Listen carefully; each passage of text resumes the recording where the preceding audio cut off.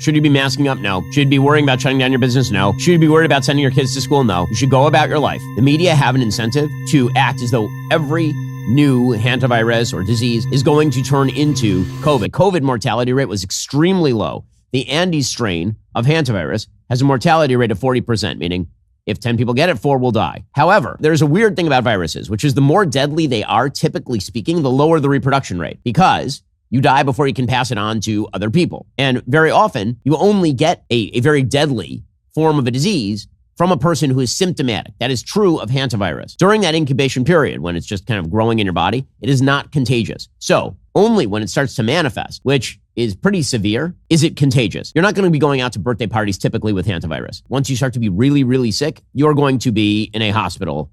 You're going to be stuck in your bedroom, right? You're not going to be out there partying it up. A cruise ship is a different story because obviously even as you become symptomatic, you're in close contact for prolonged periods of time with other human beings. Let's be real. Even COVID wasn't COVID, meaning the way that the media portrayed COVID, that it had an exorbitantly high death rate, that it was going to kill legitimately millions of people, particularly young people. It turned out that a lot of that was exaggerated, particularly in the United States. The early estimates were just wrong. There was so much bad data, and it abused the trust of the American people. Anthony Fauci abused the trust of the American people.